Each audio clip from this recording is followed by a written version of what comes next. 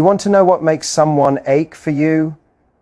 What keeps them awake, staring at the ceiling, wondering why the silence feels louder than your voice ever did? It's not the absence of your presence, it's the presence of your transformation. When you detach not out of spite, but out of growth, you shift something primal in the human psyche. Most people expect emotional chaos when they lose someone. They expect anger, begging, noise, drama. But when you choose calm, when you disappear into discipline, when you rise with direction instead of despair, that's when the mind starts to burn.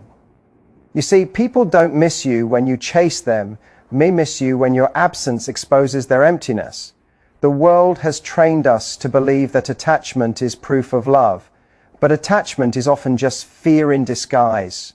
When you stop feeding that fear, it begins to starve, and the one who once felt powerful in your need begins to collapse under their own confusion.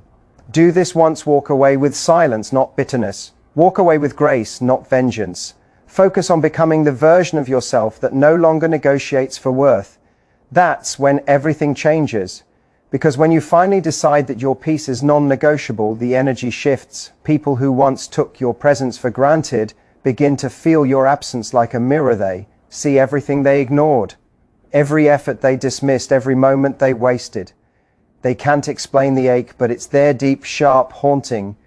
They won't cry because you left, they'll cry because you grew beyond them, because you stopped orbiting their validation.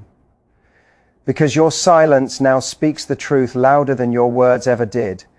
And let me tell you something, discipline has a gravitational pull. When you stop chasing, you become the thing people chase. The world bends toward order, and order is built by those who have the courage to stand alone. Most can't handle solitude, because solitude forces confrontation with your own reflection, your own regrets, your own wasted time. But if you can stand in that solitude long enough, it transforms you. When you build your mind, your body, your spirit, when you sharpen your focus and protect your time, your energy changes. And energy doesn't lie. It announces your evolution before your words ever do. Suddenly, the one who underestimated you begins to replay everything, every conversation, every moment of arrogance, every sign they ignored.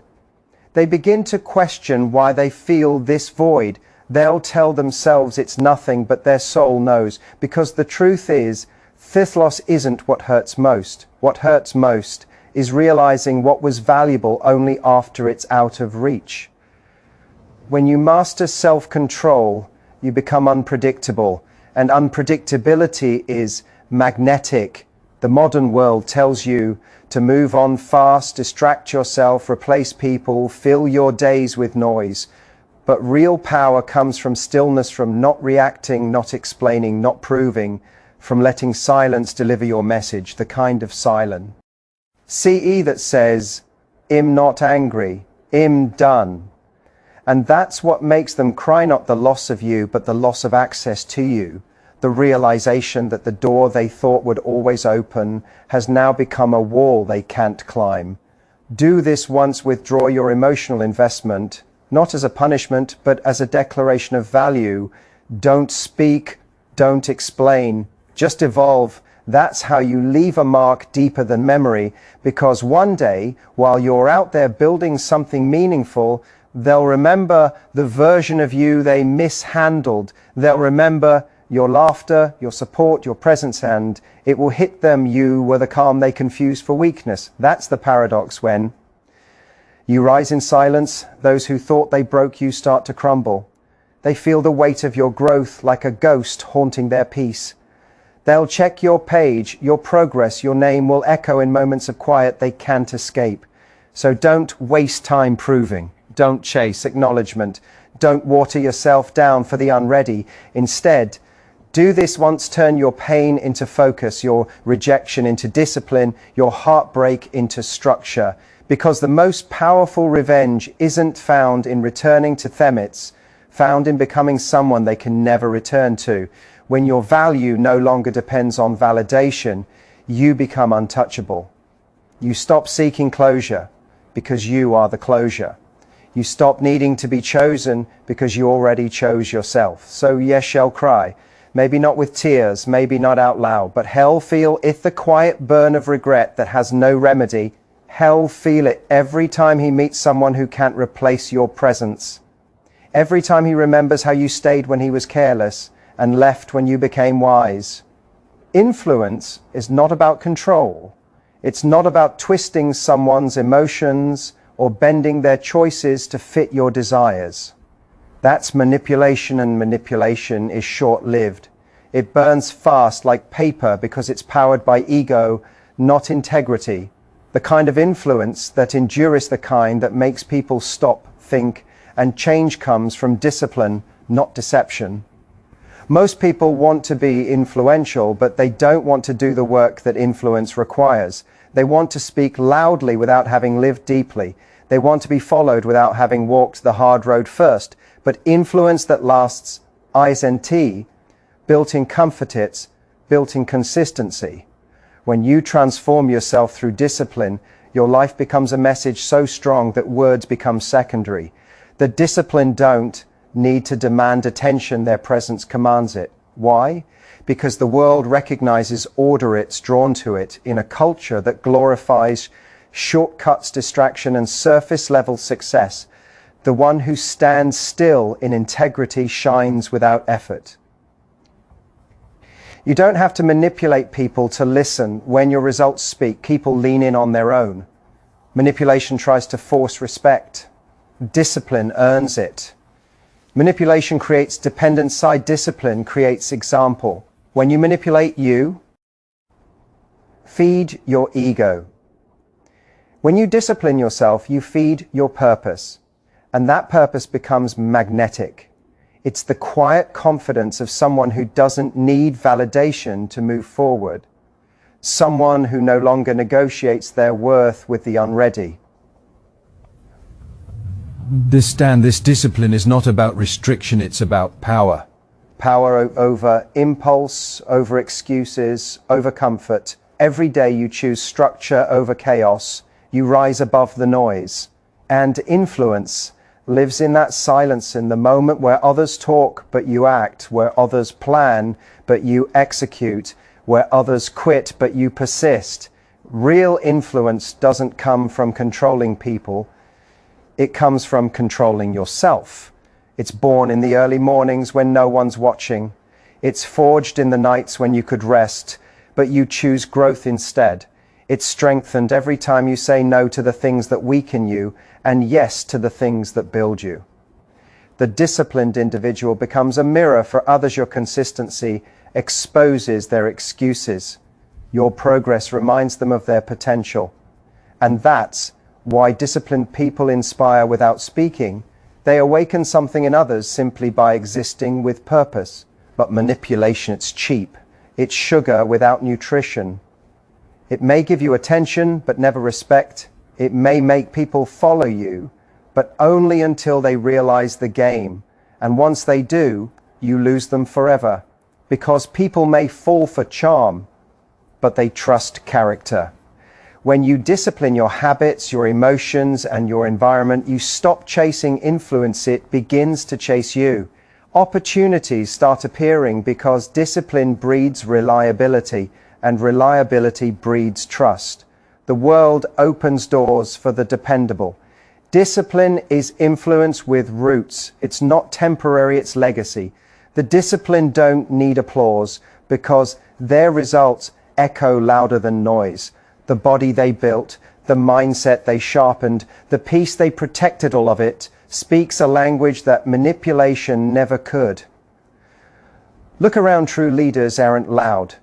They don't manipulate through guilt or fear. They lead through example. They show what's possible when discipline becomes identity. They inspire people not because they seek control, but because they embody control. And the most powerful thing about discipline transformation is this: it humbles you. It strips away the illusion of control you once sought through others and replaces it with mastery over yourself. You stop needing to prove, to perform, to persuade. You become the living proof of what focus can create. That's when your influence turns silent yet unshakable. You don't chase validation, it arrives naturally. You don't manipulate emotion, your energy commands respect. You don't fight for attention, your consistency demands it. So, if you want to be truly influential, stop trying to control how others see you, start mastering how you build yourself. Because when you rise through discipline, the same people who once ignored you will study you. The same people who dope, Ted you will quote you. The same people who resisted your truth will feel it every time they face theirs. Manipulation fades. Discipline endures. And the difference between the two is integrity. Because true influence isn't created by changing others, it's created by transforming yourself so completely that others can't help but feel the shift. That's the power of discipline transformation. It doesn't seek followers, it creates leaders. Depth changes everything. It shifts the energy in a room, exposes the surface, and separates those who were merely curious from those who were truly capable of connection. When you evolve into someone who thinks deeper, feels deeper, and chooses with intention, you start to notice how many people were only comfortable with your confusion. See, shallow people thrive where understanding is thin. They survive in small talk, half-truths, and temporary excitement. But when you start moving with purpose, when your silence starts meaning something they can't keep up, they lose footing because your presence now demands authenticity. And authenticity terrifies those who've been living in pretense. You don't have to argue for your worth when you have depth. Your composure itself becomes confrontation. Your patience becomes pressure. Your consistency becomes a mirror that exposes the instability of others. The shallow can fake confidence, but they can't fake substance. Depth isn't built overnight, it's carved through pain, reflection, and endurance. Every heartbreak, every failure, every lonely night chisels away your superficial layers and forces you inward. It makes you think differently, speak less, observe more. And that's when the shift happens, when you no longer need to prove who you are because you understand who you've become. When you carry depth, you no longer crave attention, you crave alignment. You no longer chase approval, you chase peace. You start valuing presence over promises, effort over excuses, and silence over noise. And that unsettles people who once relied on your confusion to feel powerful. They'll say you've changed, and they're right. You've changed in the way oceans differ from puddles. You've changed in the way storms differ from breezes. You've changed in depth, in direction, in demand. And shallow minds can't swim in deep waters without drowning in their own insecurity. The world is filled with people who want your surface, they want your smile, your time, your validation, they fear your soul. Because your depth forces them to face their emptiness. Your presence highlights their lack of intention. And that's why some will drift when you grow. They're not leaving because you did something wrong. They're leaving because your evolution exposed their stagnation. Depth doesn't argue, it doesn't need to explain. It just exists, and its stillness shakes those who've built their confidence on noise. When you become deep, you speak less, but your silence speaks volumes. You move less, but your presence has gravity. People feel your energy before they understand your words. And that's where true power lies, not in being liked, but in being felt. Not in being surrounded, but in being remembered. The deep are not always popular, but they are always impactful. Their influence runs quiet but permanent, cause depth doesn't entertain the shallow, it transforms them. When you become someone of depth, your circle shrinks, not because you're isolating yourself, but because you're filtering the unnecessary. You no longer entertain conversations that go nowhere. You no longer invest energy where there's no reciprocity. You start protecting your inner world like sacred ground, because you've learned that not everyone deserves access to it. The shallow will call you cold, distant, or mysterious. But you're not distant or deliberate. You're not cold or careful. You're not mysterious, you're measured. You've simply learned that your peace is more valuable than pointless connection. Depth makes you magnetic, but also misunderstood. people will feel drawn to you, yet uneasy, because you don't operate on the same frequency anymore. You see through words, you sense intention, you pick up energy faster than they can fake it, and that awareness makes many uncomfortable. It forces honesty in spaces where pretense used to thrive. But don't shrink for their comfort. Don't dilute your substance to make shallow people stay. You were never meant to fit in puddles once you learn to swim in oceans.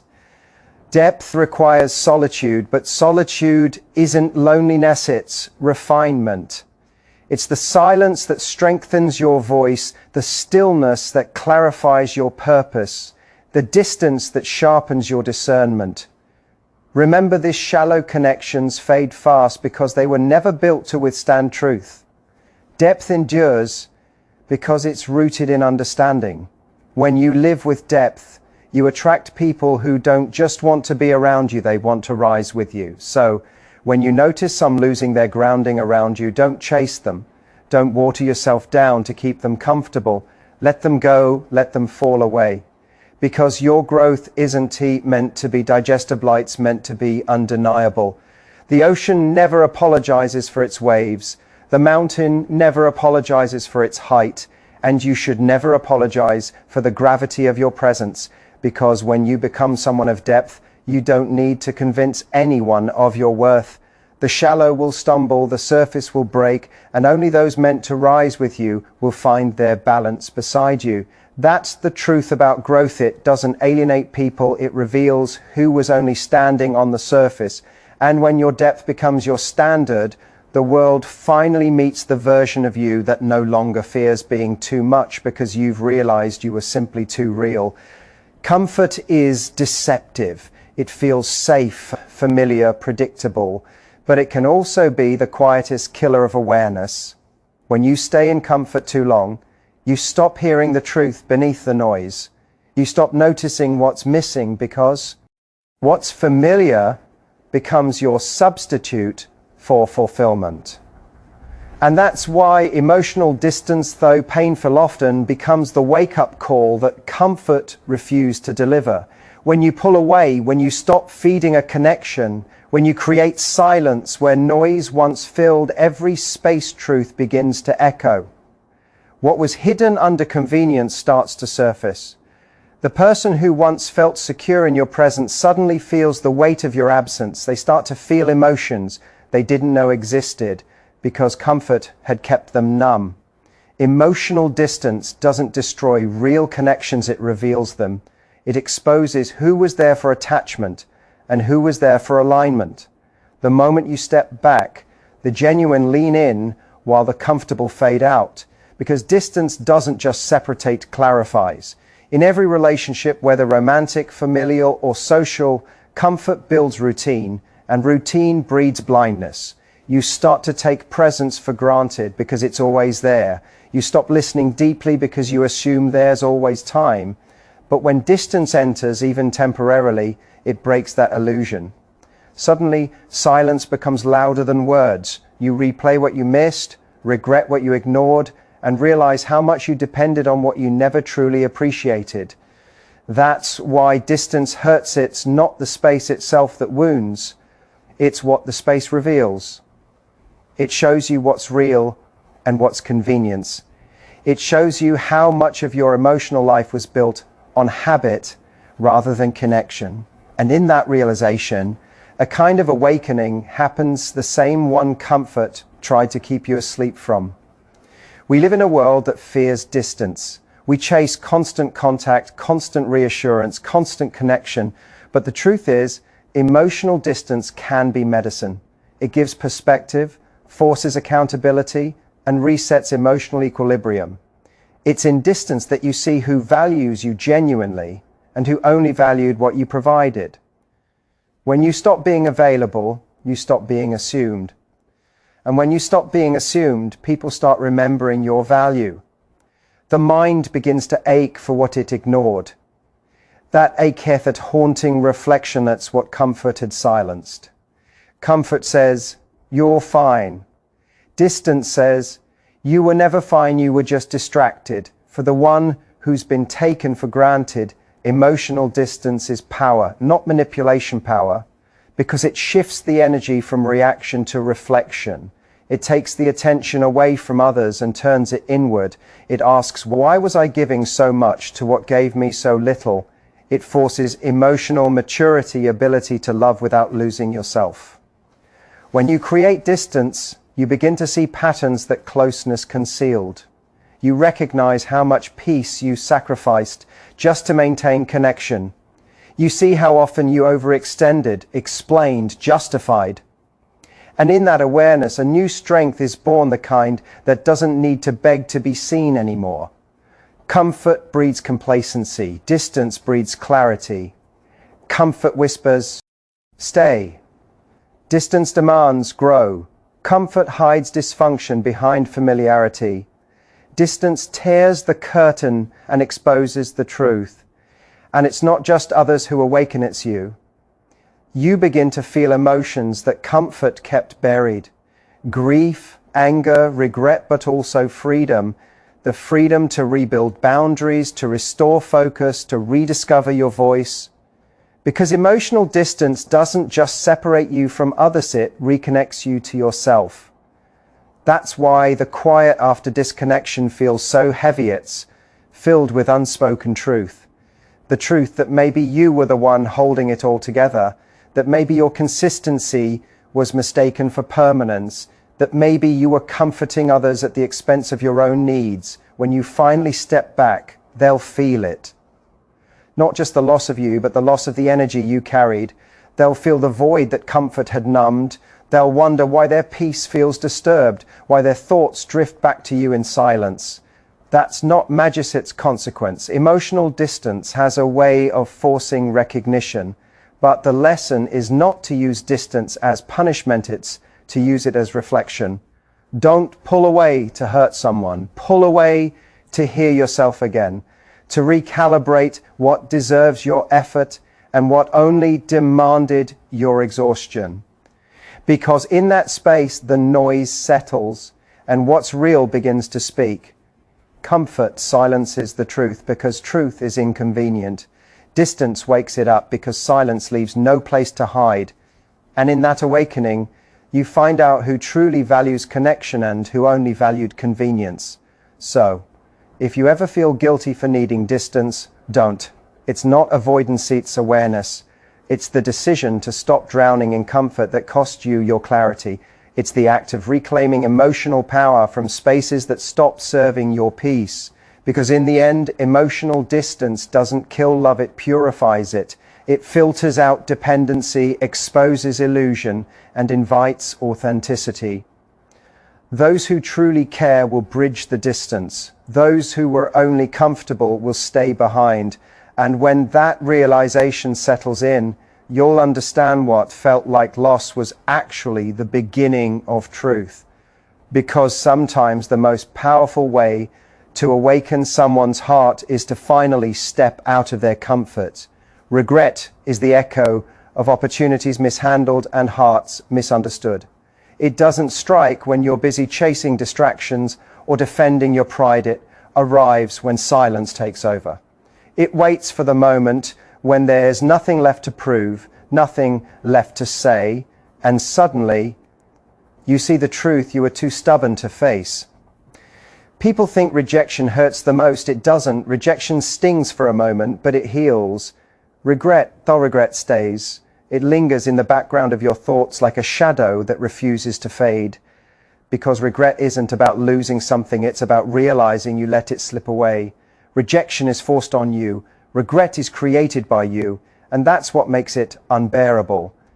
We often think we have time to fix, to explain, to apologize, to make things right. But time is deceptive. It moves quietly, and before you realize it, the window that once felt wide open has turned into a wall. You replay every memory, every word, every missed opportunity, wishing you had shown more gratitude when you had the chance. The truth is, most people don't value presence until it becomes absence. They don't appreciate loyalty until silence replaces consistency. They don't understand effort until it's no longer being offered. And by the time realization strikes, the door has closed not out of cruelty, but out of completion. You can't go back and relive the moments you took for granted. You can only live with their memory, and that's what makes regret so haunting. It's not loud, it doesn't scream, it whispers late at night when you scroll through old messages, when you see someone living in peace you once disturbed, when you hear a song that brings back a version of you that didn't know what it had. That's the tragedy of delayed appreciation. You finally see their worth when your presence no longer holds permission. Regret comes from realization. Moment you understand that what you once found ordinary was extraordinary all along. The way they supported you without being asked, the way they forgave you without requiring apology, the way they stayed even when you gave them every reason to leave, and you think, if only I'd known then what I know now. But you did know, you just didn't listen. Comfort silenced your awareness, pride muted your gratitude. You assumed they'd always be there, and that assumption became your undoing. Rejection teaches you about others, regret teaches you about yourself. It's the mirror that shows you the difference between desire and value, between wanting something and cherishing it. You might have loved them, but did you honor them? Did you see their worth beyond your own convenience? Did you protect what was rarer? Did you assume it would wait for you to grow up? The most haunting regret is not the one that shouts, "You lost them." It's the one that whispers, "They were never yours to lose, you just never chose to see them while you could." People often say, everything happens for a reason, but sometimes the reason is simply you didn't value what was meant for you, and life, in its ruthless fairness, took it away to teach you the meaning of appreciation. Regret has a way of humbling even the proudest hearts. It strips away ego and exposes what comfort concealed. You start realizing that the people you overlooked were the very ones holding you together. You remember the stability you once called ordinary and realize it was peace disguised as routine. And the cruel part, the moment you change, they're already gone. They've moved on, healed, evolved. They no longer need your apology to find closure. Their silence becomes your lesson. That's the moment regret burns deepest, not when you're abandoned, but when you witness their happiness without you. When you see finally being valued the way you couldn't. When you realize that someone else now appreciates what you once dismissed. That's when it hits you weren't rejected. You were replaced by your own negligence. So, if you still have people in your life who care, who show up, who forgive, value them now, before time turns them into a memory that keeps you awake at night. Don't wait for distance to teach you appreciation. Don't let pride rob you of sincerity. Don't assume love will wait until you're ready to feel it properly. Because love isn't meant to survive neglect. Respect isn't meant to endure complacency. And no matter how patient can stay forever waiting to be valued. Regret is not punishment, it's revelation. It reveals how easily we confuse comfort with connection. How often we trade meaning for convenience. How much we claim to care but fail to show it. And maybe that's the true tragedy of human nature. We learn the worth of warmth only after the fire goes out. So the next time you catch yourself taking something or someone for granted, stop, pause. Remember this line, bruh. The most haunting regret comes not from rejection, but from witnessing what you could have valued too late. Because nothing will ever haunt you more than the memory of someone who deserved better while you were still figuring out what better meant.